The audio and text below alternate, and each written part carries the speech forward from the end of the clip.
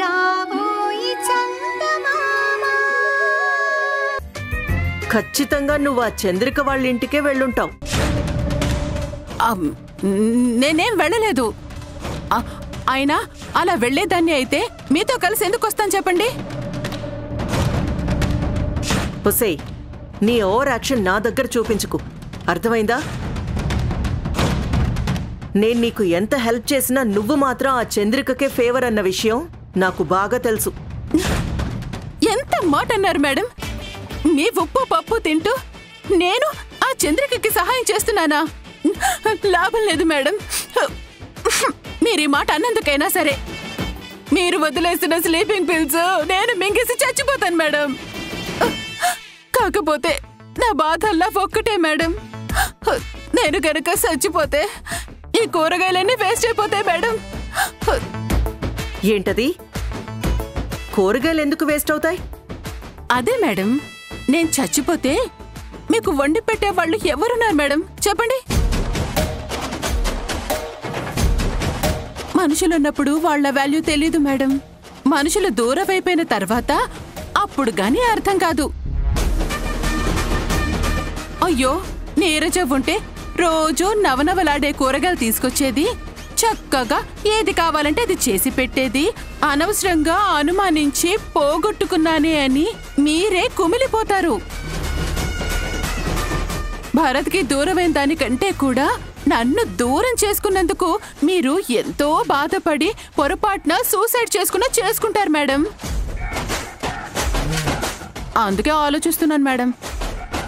ఒసేయ్ నీరజ, నీ over action నా దగ్గర చేయకు, అర్థమైందా? నేను కూడా నీతో ఒక ఇంపార్టెంట్ విషయం మాట్లాడాలనే వెయిట్ చేస్తున్నాను. అవునా? ఏంటి మేడం అది? అదే నీరజ, నేను పెళ్లి చేసుకుందామని నిర్ణయించుకున్నాను. ఏంటి మేడం, పెళ్లి చేసుకుంటారా మీరా?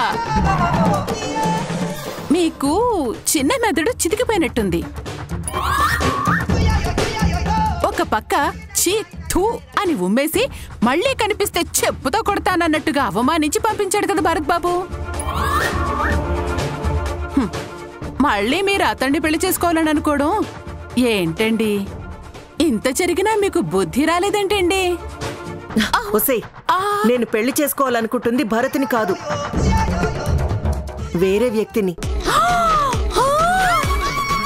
అరే నీరజా, నీరజా, నీరజా ఏమైంది? ఏయ్ నీరజా!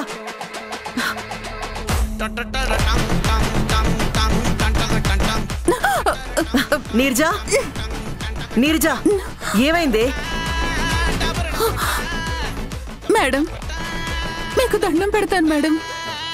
అసలే మొగుడు పారిపోయిన ఆడదాన్ని మీరిలాంటి షాకులు ఇచ్చారంటే గబుక్కున హార్ట్అటాక్ వచ్చి చచ్చిపోతే కనీసం నా శవాన్ని తీసుకెళ్ళడానికి కూడా ఎవరు ఉండరు మేడం. నీ బొందే, నీ బొంద. నేను చెప్తుంది అబద్ధం కాదు, నిజం. నిజంగానే నేను పెళ్లి చేసుకోవాలి అనుకుంటున్నాను.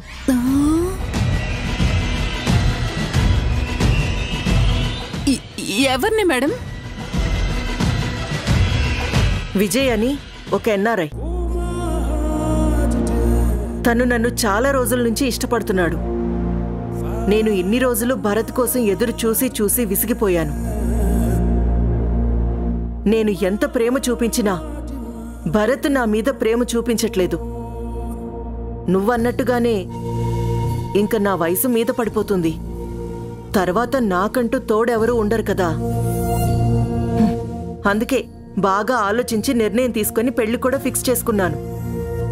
ఇంకో 2 రోజుల్లో పెళ్లి.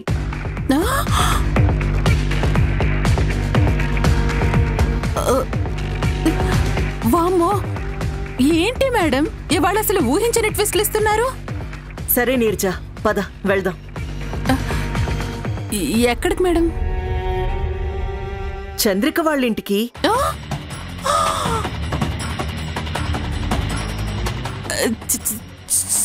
చంద్రిక వాళ్ళ ఇంటికా? ఎందుకు మేడం? 2 రోజుల్లో నా పెళ్లి నీరజా. శుభలేఖలు కూడా కొట్టించాను. ఫస్ట్ శుభలేఖ వాళ్ళకిచ్చేసొద్దాం.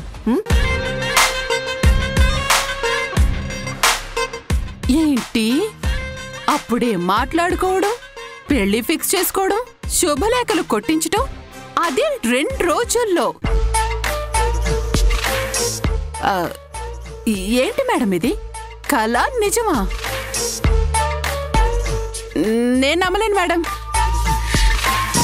రాజమండ్రి, విజయవాడ ట్విన్ సిటీస్ అవుతాయని చెప్పిన నమ్మచేమో, కానీ మీరు ఇంకొక వ్యక్తిని పెళ్లి చేసుకుంటానంటే మాత్రం నేను చచ్చినా నమ్మలేను మేడం. నమ్మలేవా? సరే ఉండు.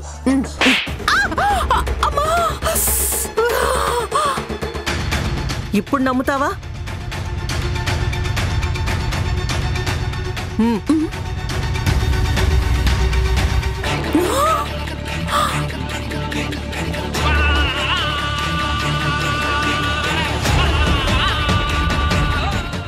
నిజమే మేడం. మీరు కొట్టిన ఈ చెంపదెబ్బ నిజమే. మీరు చూపిస్తున్న ఈ కార్టూన్ నిజమే కదా. మరి పద, వెళ్ళి పెళ్లికి రమ్మని మీనాక్షి గారిని, చంద్రికని ఇన్వైట్ చేద్దాం. పద. రా నీరజా, రా. వద్దు మేడం, రా. వద్దు, నేను రాను మేడం. చంద్రిక ఆగు. అబ్బా వదలండి, ఇంకా చేసింది చాలు కానీ వదలండి. ఆగు. చాలు. వద్దు, ఆగమన్నా. అయ్యో వదలండి, వదలమంటుంటే.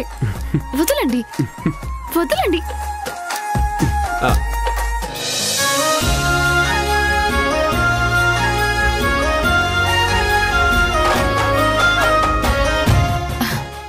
అది అత్తయ్య, ఎంతసేపు అయింది వచ్చి? ఇప్పుడేనమ్మా. ఇంతకీ పాపేది? పాప గదిలో నిద్రపోతుంది అత్తయ్య. ఓహో,